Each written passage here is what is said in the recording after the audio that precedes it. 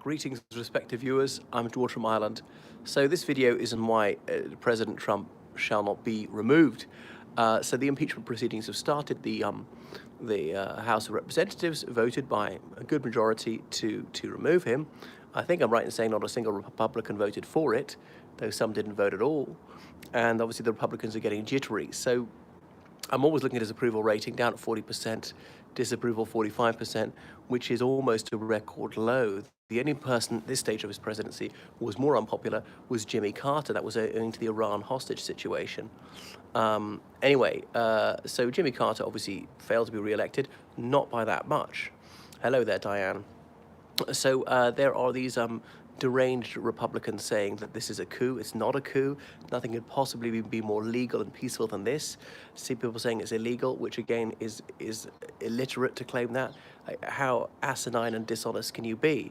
It's provided by the Constitution. It's explicitly set out what to do. There's precedent. It's happened scores of times in American history. Now, only twice before has the president been impeached. In neither case was he removed from office. Andrew Johnson, I think I'm correct in saying, survived in the Senate by one vote, and Bill Clinton survived quite convincingly. Hello there, Shelley.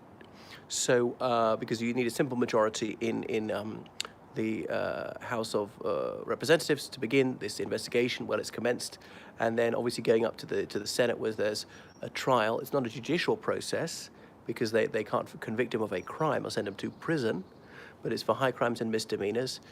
I hope you understand the difference. A high crime is like a felony, a misdemeanor is something trifling. So if he can be something quite petty for which he's removed from office.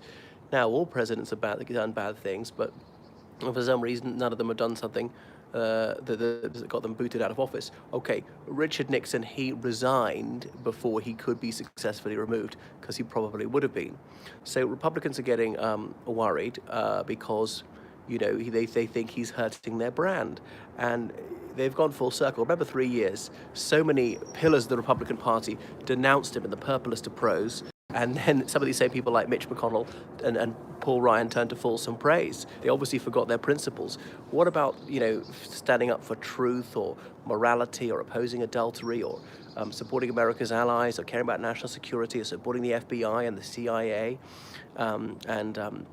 using the military to fight or to defend America, not to engage in you know, engineering projects which are nothing to do with any military threat along the Mexican border and blah, blah, blah, taking away money from the military border to spend it on Trump's moronic border barrier, and on and on and on. So upholding the law, Trump's obviously ignoring subpoenas, honest work, paying people for honest work when he doesn't pay people for all, opposing fraud. Look at its fraud in Trump University. I could be here all day.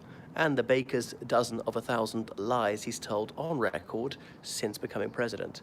But back to this impeachment process. So it's a political judgment, not a judicial one. As I say, they are not judges. This is not a court of law.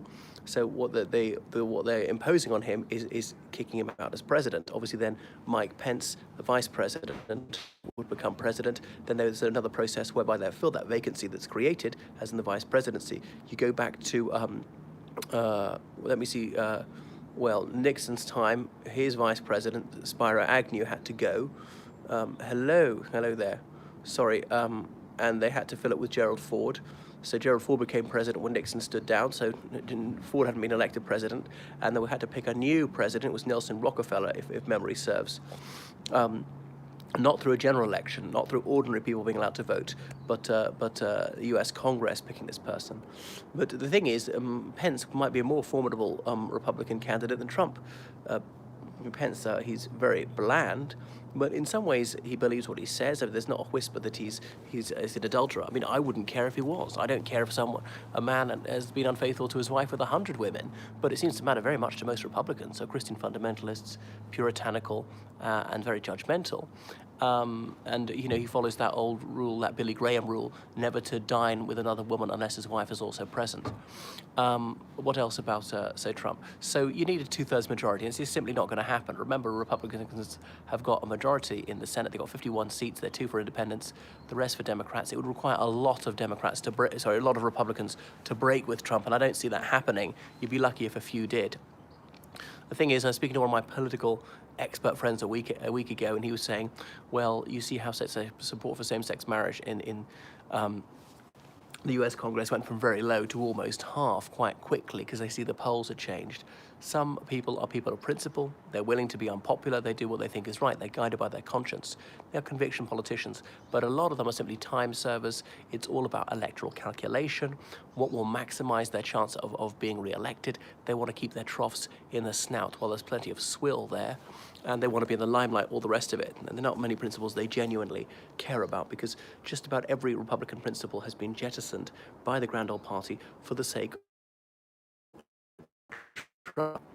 Anyway, so I hope he's done lasting damage to the Republican Party, a party I used to admire about 10 years ago, identified with it, but sadly it's just got worse and worse. It's hard to think of a single good thing about it.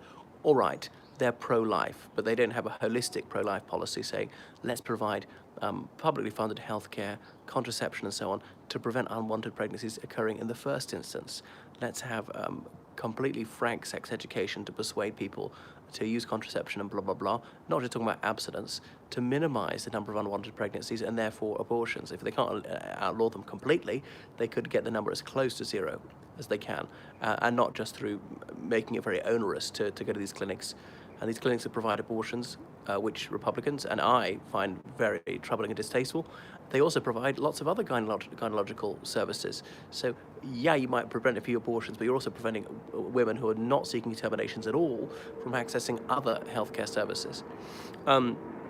Anyway, so I think Trump will survive, unfortunately, but would that be better because he will damage the Republicans generally in 2020? And they've got to think about the people down ballot. So Democrats, do they actually want Trump removed? Is he their best asset? I'm not sure. But, you know, incumbent presidents tend to be re-elected. About 75% of the time, they are re-elected. They'll be re-elected unless there's some particularly strong reason why not to. This is owing to several reasons, various cognitive biases, such as familiarity bias, that's obviously name recognition, and he's commander-in-chief. The optics of it favor him. He can go around in some military uniform or go around on Air Force One and have these military parades and things of that nature. But Trump is so dangerous, is so moronic, is so loathsome that I would really like him to go now. I don't believe he will be removed. It's tristful to note that. However, I would be elated if I were proved dead wrong. Anyway, please follow me on Instagram, Facebook and Twitter. Please support me on PayPal, georgecallahan79@gmail.com, or indeed at Patreon. I need these donations to sustain the channel. What else was I going to say about, yes, oh yeah, you think he will be re-elected? I don't think he will be. I don't think his chances are terrible. I think there's something like 40%. Other things to point out, yes, hire me as your tour guide in London. Anyway, I teach people online history, geography, philology, religious studies, politics and government for GCSE, A-level, international baccalaureate, law, help people prepare for law degrees, interview preparation and so forth. All right, I'll switch it off now.